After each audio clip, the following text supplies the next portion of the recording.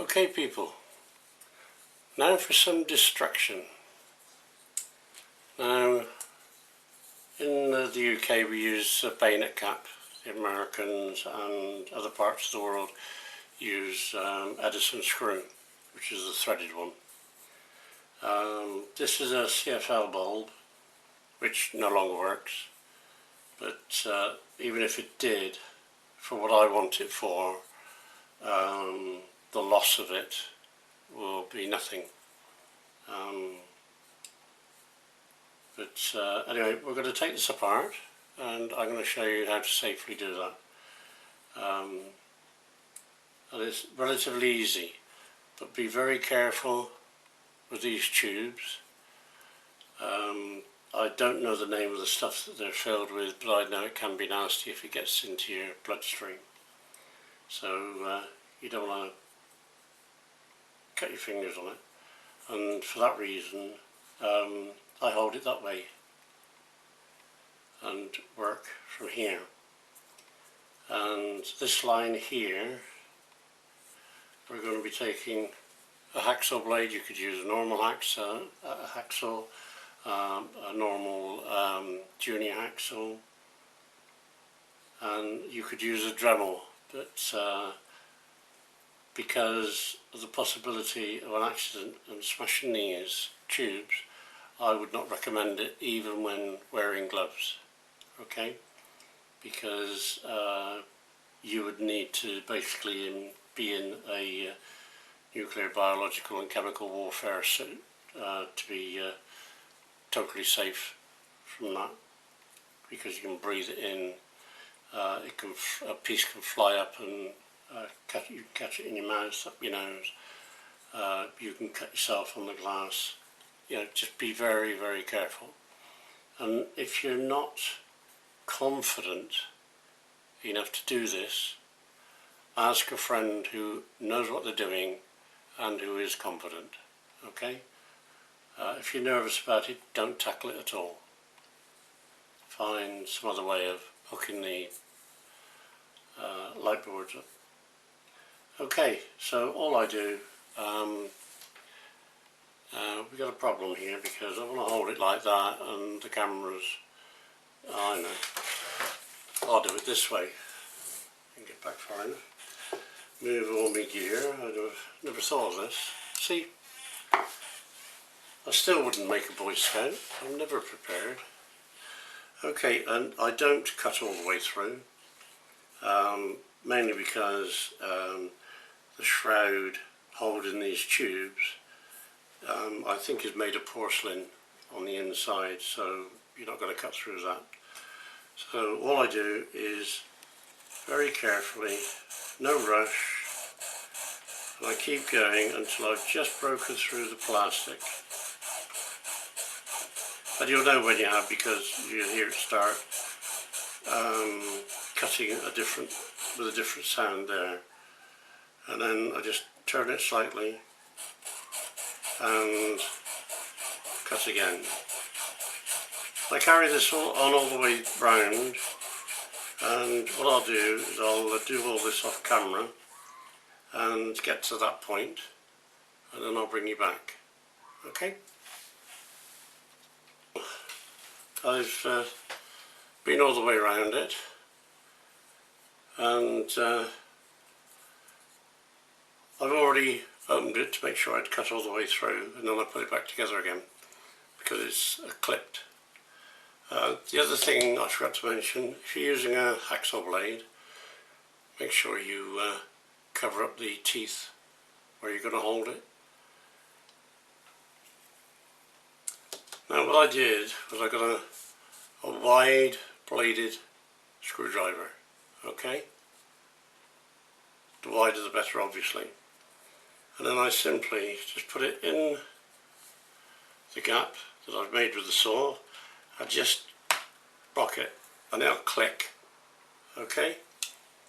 And then you go the other side and rock it, and again, and there it is. Now, excuse me,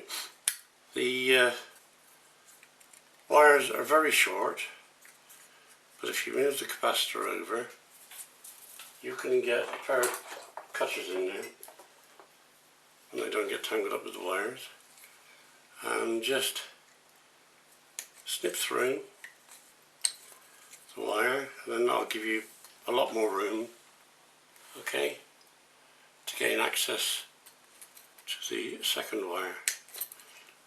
And then that's that. That then gives you a CFL light for dual thief experiments, high voltage experiments, whatever, and also it gives you a nice printed circuit board full of goodies, okay, and you can use those, take those components out, use them, and have a whale of a time. Right, so this is the bit we're after. Everybody, we're now going to wire this up. I do it so that there's just a little bit sticking out the bottom and a piece out the top, and there will be enough slack to make the connection. I've already done the red piece.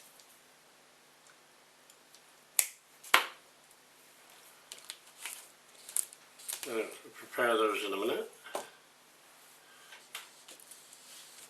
What I do next is I melt all this, solder on the end.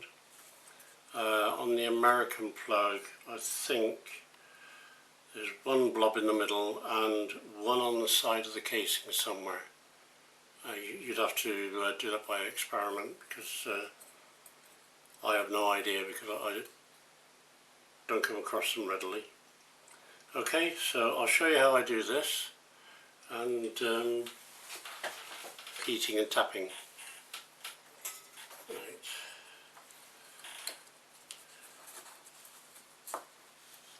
Make sure you can see. Yep.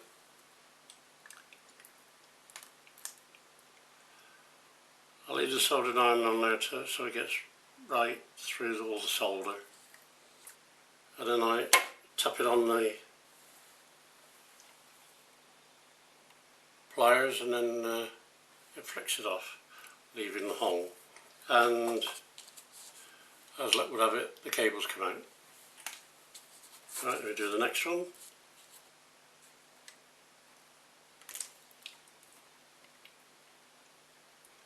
Plenty of heat, you're not going to burn anything.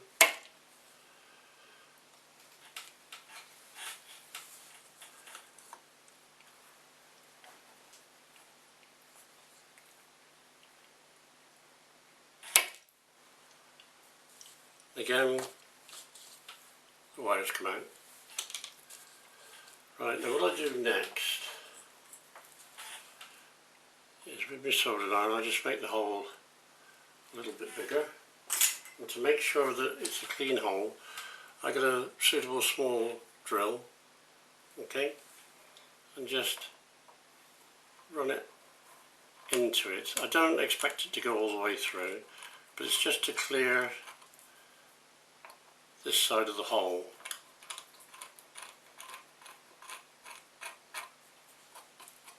And this is like a glass material.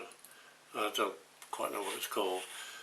So you're not going to do a lot of damage with that. And I just make sure that it's all clean inside as well. Got a little bit of solder hanging on there.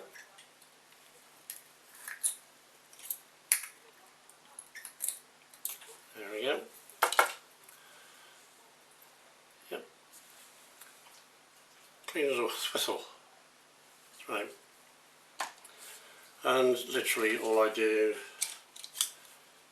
is give myself enough room on the solder, on the cable. About that much, not a lot, but it's enough. And then my magic liquid glue helper, and it doesn't matter which hole you go for.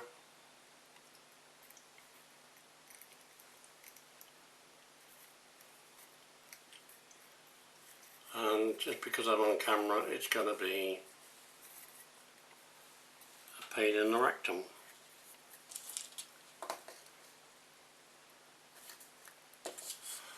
There we go. Excuse me. Okay. And what I do then is I bend it over. Sorry, get it right. I bend it over the length of the soldered area. Okay. Keep it away from the metal shield. On the American ones, you're going to have to solder one of the wires to the metal shield, so don't panic about that too much. And then all I do is solder it in place with some trusty solder, a fanny solder staff,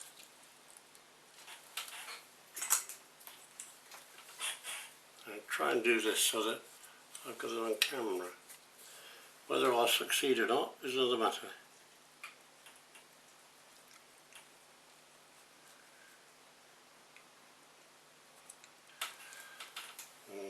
Not very good.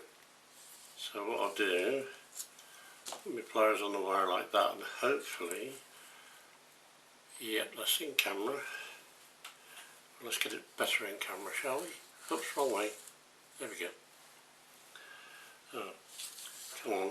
It's the wrong way round. Thank you. I'll show everybody what I'm doing. Okay? Right. And just sit the soldering iron on there. Run the solder in until you fill the area up. Wait for it to go cold or cool. And hey presto. And then it's just a simple case of doing the same with the other end. Make it a little bit longer this time.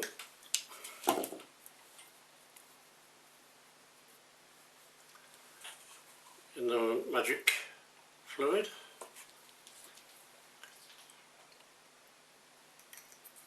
Oh, look at that, straight in this time. Right. Bend over.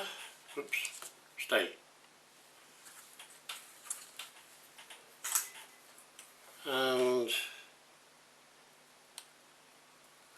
again, we just fill it full of solder. Wait for the whole thing to melt.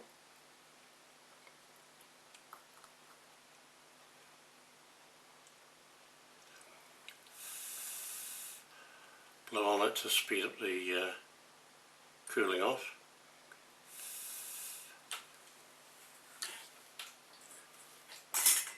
Now if you find that when you put it in the holder you're not making contact, all you need to do is build up this solder. Okay, just build it up until you do make good contact. But give it plenty of time in between soldering and trying to really cool off and go hard. Because although the surface might look solid, inside it might still be molten. You try and put it in the fitting and it'll just push it down. Okay? I mean, it doesn't happen all the time, but right. Now all we do now is pop our boards on, solder our wires to the positive neg, and then put a bit of plastic around, glue it in position, and there you're ready.